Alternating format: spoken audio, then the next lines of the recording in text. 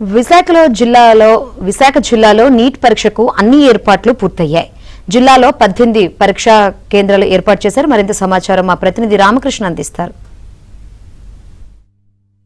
ఈరోజు విశాఖలోని NEET exam జరగనుంది. దీనికి సంబంధించి కూడా అన్ని ఏర్పాట్లు చేశారు. విశాఖలోని 18 పరీక్షా కేంద్రాలు ఏర్పాటు చేశారు. సుమారు 8,000 మంది విద్యార్థులు ఈ పరీక్ష రాయనున్నారు. అది విద్యార్థులు కొంతమంది ఇక్కడ ఉన్నారు. వారి అభిప్రాయం తెలుసుకుందాం.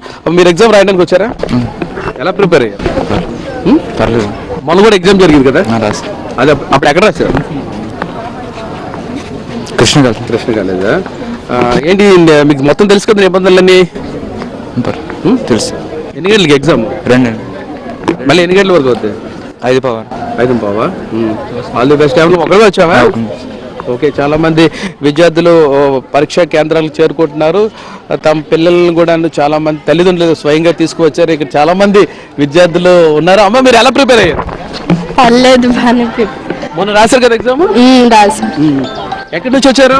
సీతం ద్వారా. ఓకే.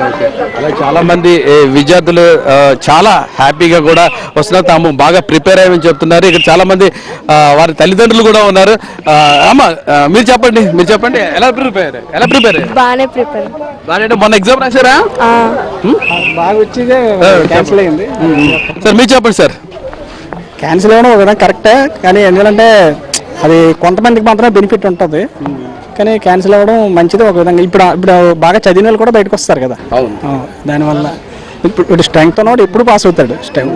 స్ట్రెంగ్త్ లేనివాడు మాత్రమే ఇలాంటివి చేయడానికి చూస్తాడు. అంటే మాల్ ప్రాక్టీస్లు కానీ. మీ అమ్మాయి ఎగ్జామ్ రాస్తుంది? మా అమ్మాయి ఎగ్జామ్ రాస్తుంది. ఓకే. అలాగే ఇక్కడ చాలా మంది విద్యార్థులు వారి తల్లిదండ్రులు కూడా ఉన్నారు. ఎందుకంటే తమ పిల్లలకి పరీక్షా కేంద్రాలకి ఉదయం నుంచి కూడా తీసుకుని వచ్చారు. ఈరోజు మధ్యాహ్నం 2 గంటల నుంచి సాయంత్రం 5:15 వరకు కూడా ఎగ్జామ్ జరుగుతుంది.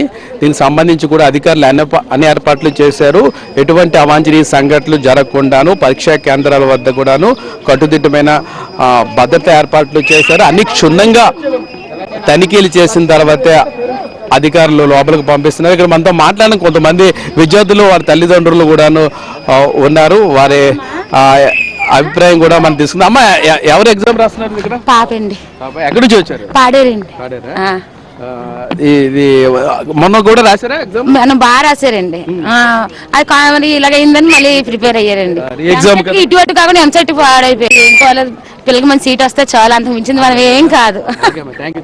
ఇది మొత్తం మీద పరిస్థితి. విశాఖలోని నీట్ ఎగ్జామ్ సంబంధించి అన్ని ఏర్పాట్లు పూర్తి చేశారు. ఇటున్నారు తాము పరీక్షకి మంచిగా బాగా ప్రిపేర్ అయ్యి వచ్చామని, మంచి ర్యాంకు సాధిస్తామని కూడా చెప్తున్నారు.